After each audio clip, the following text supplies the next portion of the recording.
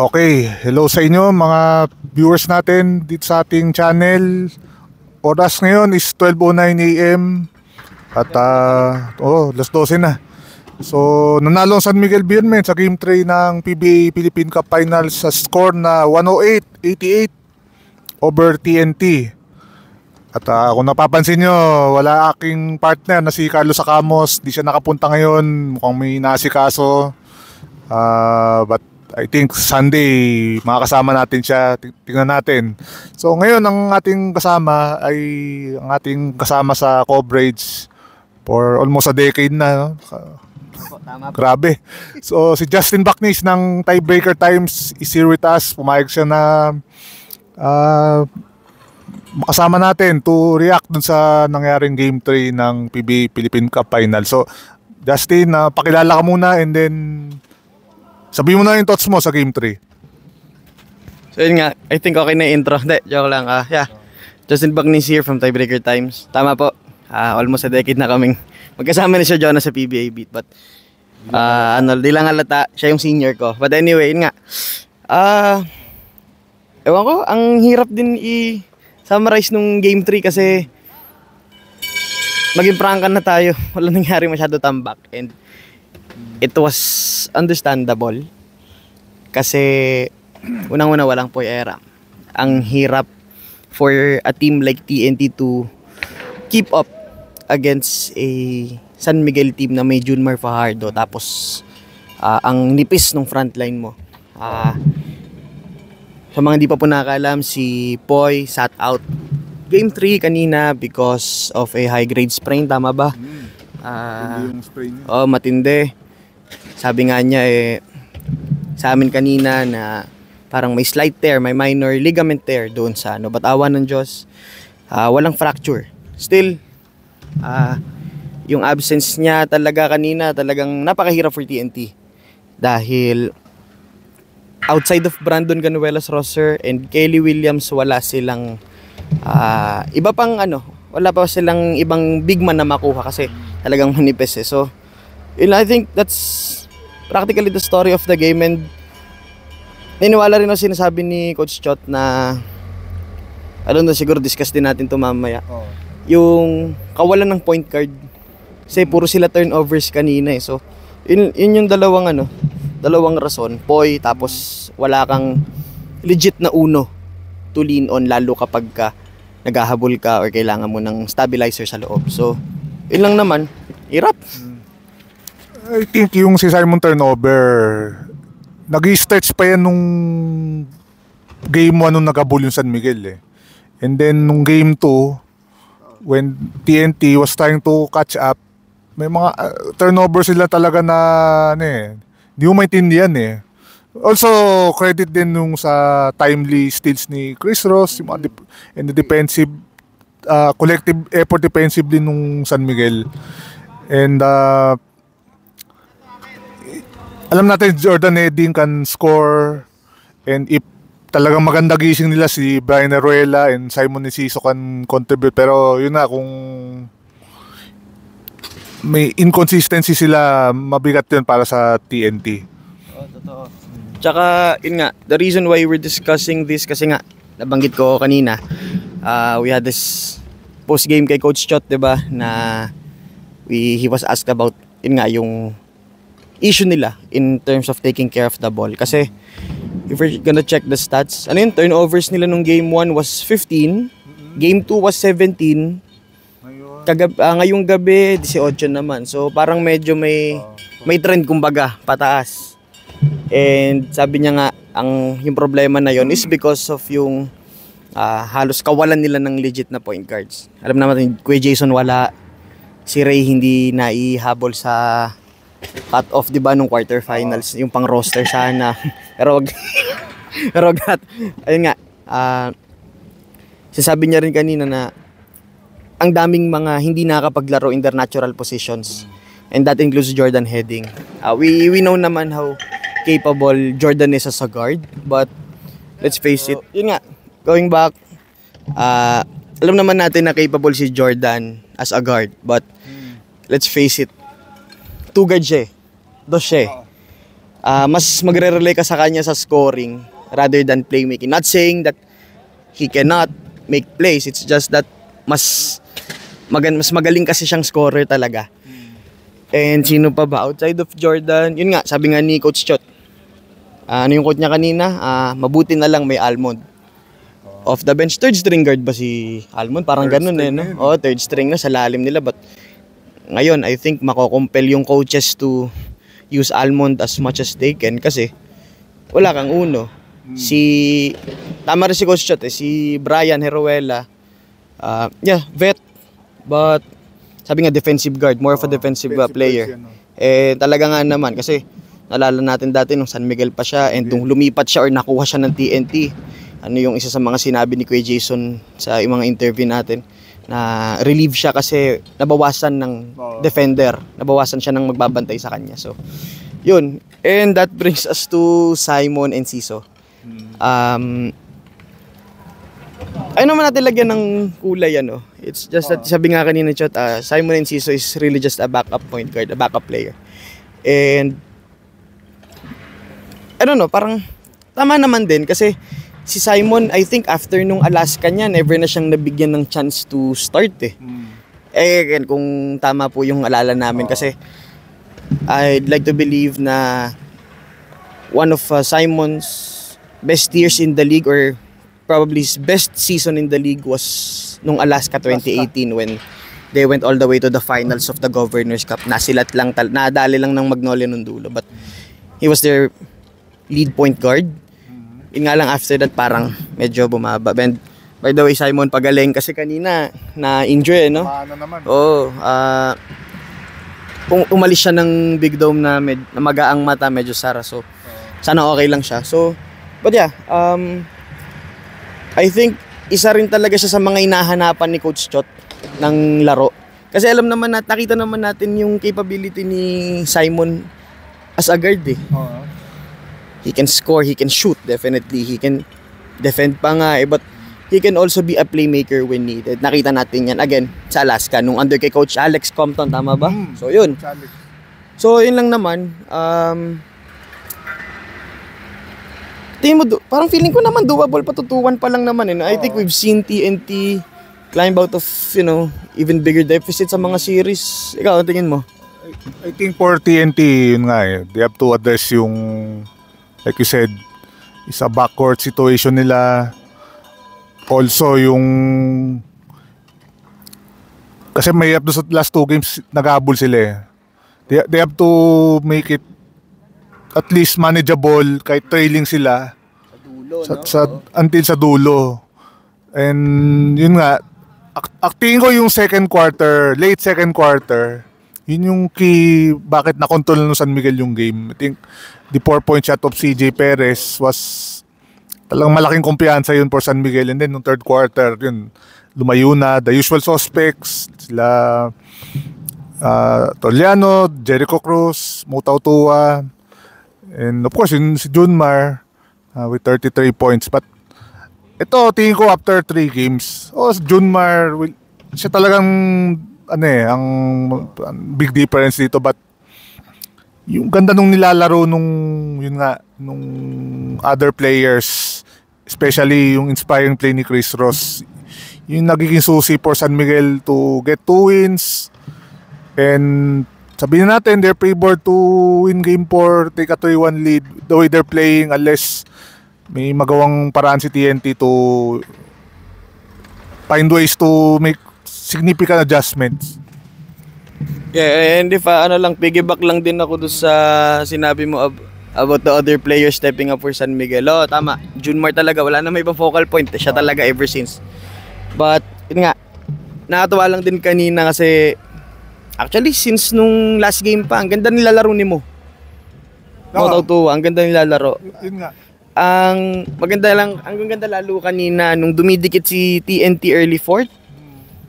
I think yung end one play niya is nagsilbing isa sa mga panapos kasi end one play, was it against Glenn ba? Glenn yata. Glenn Cubuntin, 3-point foul counted, 3-point play na kumpleto. Then after that may parang nagdress pa si Chris. Ayun. Tamang basta parang long shot si Chris Ross nun. Ayun, yun na yung parang isa sa mga isa sa mga panapos ni San Miguel, like what I've said. But yeah, going back nga si Mo, I think nakamove on naman na lahat dun sa nangyari nung game 1, but I'd like to believe na parang yun yung nag-spark ng parang nag-ignite ng fire within sa kanya to perform better, 'di ba? Game 2, ganda nung bawi. Was it 16 points ba off the bench? Oh, 16. Kanina ilan siya? Tonight 9. Oh, 9 points.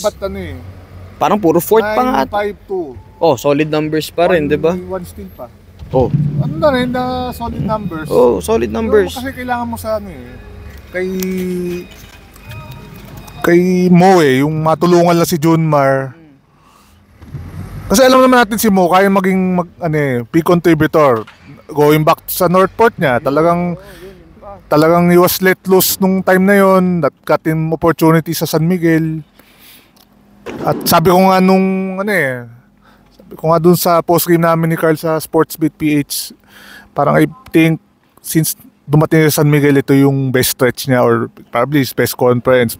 Ano masasabi yun dyan mga fans sa San Miguel? But ako tingin ko ito yung stretch na nararamdaman mo na nagko-contribute si Mo Oh, kasi yung 2020, was it his first ba or second conference sa San Miguel, yung alam mo yung Christian Trade, 'di ba siya 'yon? Governor's Cup. Kasi nalala ko yung Northport, sobrang ganda ng nilalaro ni Mo noon. Ito, verify na lang din natin later, pero parang lumaban pa ata siya sa BPC, tama ba? Parang ganoon He was eventually siya most improved after nung season O yun, ganun ka ganda. Tapos nung dumating yung second conference sa San Miguel, good. Pwede nating argue good numbers, pero he was parang forced or compelled na gumawa ng ganun kasi nga injured si Junmar, di ba? Pero ngayon, medyo agree ako dun sa sinabi mo na parang baka nga arguably ito yung best stretch since joining, kasi dito niya na-embrace yung role niya na suporta kay Junmar, di ba? Kung hindi man pahinga si Junmar, tapos nandoon ka, sabay kayo, tapos ikaw na bahala kung paano mo space the floor, clog yung lane. So ilang yung nakakatuwa lang din. It's nice to see Mo really delivering this time, lalo finals pa. Kaya nga. So again, San Miguel 108-88, 2-1 series lead sa ating championship series. Game 4 Sunday sa SM Molopecia Arena. Nako, medyo mahirap na biyahe ito sa'yo. Tsaka sa mga manonood sa atin, sa mga balak pong manood, agahan nyo, dala na lang pong konting pasensya kasi linggo, tas MOA, matraffic. So, SMX pa ba? SMX, di natin alam kung may ganap. Tsaka, agahan nyo na rin para makaswerte kayo sa parking kasi mahirap na doon. At saka nga pala yun, BPC awarding ba? BPC awarding. Ayun, BPC awarding yung Game 4. So, yun. Alam natin tambak yung nangyari ngayon, but I still believe na marami pa rin aabangan for Game 4. Isa na rin dyan si Poy. Kasi hindi pa sure kung sit out na ba talaga siya this series or may chance pang bumalik. Kasi, parang we were fortunate enough to talk to Poy kaninang umaga, and parang winiweigh niya yung options niya na kung maglalaro ba siya or not. But sabi niya nga nakaangkla daw dito sa Game 3 kung ano na resulta. If that's the case, kung nakita man natin kanina talo, then tignan natin kung makakapaglaro si Poy. But yeah, we hope na makarecover siya agad kasi mahirap na rin lalo for a veteran big man like him to get hurt, tapos ganun pa, parang high grade sprain pa. So yun lang naman. Game 4 should be nice, pero exciting din para sa akin lang yung BPC kung sino. So yun, actually kanina masyadong busy kami dito kasi nung ibang pag-usapan na rin natin to, kung gusto mo, you'd like to talk about this. Kasi nung halftime, in-announce sila Commissioner Willie Marshall and Mr. Oji Narbasa, the corporate secretary, and I think legal counsel na rin siya ng PBA, na tungkol sa Terra Firma. Hindi na natuloy yung possible say nila sa Zamboanga Valientes. At nag-commit si Terra Firma to stay next season. So medyo with this medyo nakakalungkot din na again hindi naman natuloy. Initially Star Horse, ngayon Zamboanga. Then actually more uncertainty to for Terra Firma dahil ang daming nawala sa kanila before this happened. Dami tayong narinig, dami nating tayong mga balita, pero bakit anong tingin mo dito sa nangyaring ano? Totoo lang, parang mas confusing pa nga eh. Ewan ko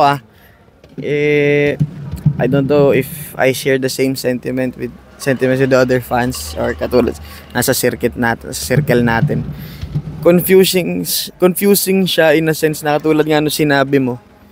Kasi may reports na 'di ba na disband daw, and tayo naman may mga nakakausap tayo sa mga galing Terra. May mga nag-expire na kontrata yung mga players. Actually, not even the players, even yung mga staff, yung mga utility. Kasi may mga nagtatanong-tanong din sa atin paminsan 'di ba na kamusta na ba? May nangyari ba? Syempre kami wala naman tayong maisagot din kasi hirap din silang i-assess yung sitwasyon sa PBA dahil nung una si Zamboanga was si Consi Junior yun, 'di ba? Juni Navarro kay Councilor. Tama ba? Nanalo siya, no? Oo. Nalo Councilor. Parang sabi nga ni Com nun, aggressive si Valientes in making sure na ma-push through itong bentahan na to, yung sale ng Terra Firma. Ayun, biglang kulo pa sa din, wala, hindi na pala tuloy. And tinanong natin kanina sina Attorney Oji na ano daw, na as of the moment walang usapan about sale or kung ano man. So, and I think tinanong din naman natin si Com na parang for season 50 si Terra Firma magse-stay siya at least for season 50. Tapos after nun hindi natin alam. So, yun nga, confusing and tama, lungkot din siya for the staffers and the players. Kasi syempre yung mga player, lalo yung mga under contract, paano? 7. Sure ba sa akin, parang iniisip ko sure kaya to na ikikip pa sila or ile-let go na sila kasi may sinasabi kanina sa quick na press con, sinasabi ni Attorney Oji no, na may plano daw sina Governor Bobby Rosales to quote-unquote beef up yung roster ng Terra Firma. And di raw nila alam kung paano kasi hindi naman to sinasabi kasi strategy, quote-unquote strategy daw nila yun. Sige lang, pero ewan ko, baka may masabi tayo sorry, baka may masabi tayong but yun nga, stick lang din tayo doon sa kung ano yung in-announce kanina. But yeah, medyo pa rin, kahit sabihin mong na-assure mo na 12 teams tayo for season 50, which I think is good news pa rin, at least walang mababawas, di ba? Kasi pag nabawasan yung teams mo, halimbawa add 11, parang hirap i-format din nun, di ba? Hirap i-format nun kahit naisip ko lang din yung format kasi nitong season, di ba? Tinweak yung Governors Cup, ginrupo. Paano kung gawin mong ganun ulit yung isa sa mga conferences? Paano mo split up yung 11, di ba? So, ilang naman, uncertain pa rin. The only thing na sigurado tayo, may Terra Firma next season. But as far as the team composition and baka nga sino yung staff, hindi rin natin alam kung sino magko-coach. Kasi as far as I remember, si Coach Raymond Tongco nung nakaraan, on an interim basis lang, di ba? Parang acting head coach lang following the sudden resignation of Coach Johnny Del Cardel. Oo, na for the longest time siya yung coach, di ba? So, yun yung aabangan natin lalo na this off season, di ba? Siguro as early as maybe August. Kasi for sure nagpa-plot na yung mga teams dahil parating na rin yung draft. Although wala pa tayong mga pangalan. Ayun pa. With Terra Firma staying, number 1 pick sila ulit, no? Sila ulit. So, medyo intriguing yan. Kasi, hanggang ngayon, sa ngayon, wala pa tayong klaro na picture kung sino yung papasok. Hindi natin alam kung papasok pa si Juan Gomez de Liano, 'di ba? Nag-hint naman na yung kapatid, but di natin sure pa kasi baka mamaya may overseas stint pa pala. Si Dwight naman nagsabi nung nakarang interview natin sa Gilas Practice, 'di ba? Baka next year. So, yun, hanggang ngayon wala pa, hindi pa natin alam kung anong itsura ng draft. So, ganda ring abangan yan kung sino yung magiging potential number 1 pick for sa class na tingin natin medyo magiging manipis. Baka top heavy ulit. Pero tingnan natin. So, yun lang naman sa Terra Firma. May dadagdag ka pa ba, Terra? Medyo nakakaano rin. I think nasabi mo na lahat eh. And yun lang, abangan natin kung anong mga next moves nitong Terra Firma. Dahil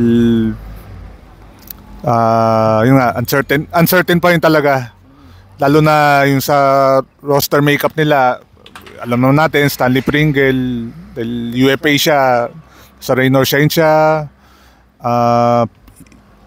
Actually, si Aldrich Ramos, yung pinakamatagal na sa Terra Firma. Actually, Kia days pa. Sa MPBL na si Aldrich sa San Juan. And then Kevin Ferrer din ata, parang tapos Terence expire sa August. Then alam naman natin yung rights ni Christian nasa Terra Firma. So yung mga natitira lang niya, sila Mark Nonoy, sila Tapusan. Basically mga players na yun na lang yung natira sa Terra Firma na pwede ding alam nyo na yun. So, yun. Pero, yeah. Ayun. So, yun lang ang ating thoughts for game number 3 ng finals. And then, yung sa Terra Firma. Dustin, thank you. Great insights sa mga pinag-usapan natin. Nandiyan na kayo, medyo kabado lang. Sa camera po. Ako din, hindi sanay. Pero gusto natin pag-usapan yung ating kino-cover, ang ating pinakamamahal na coverage, ang PBA. So, yun. Thank you sa mga nanood, sa mga nagtiyaga, mga nagtiis. Salamat sa mga subscribers natin, new viewers, sa mga bashers. Ang dami kayo pwede panoorin sa online. So, yun. We'll see you in game number 4. On behalf of Carlos Acamos and Justin Bacnis, Jonas Terrado po, as Ed Pixon would say, umaga na. Good morning, we'll see you around. Thank you. Okay.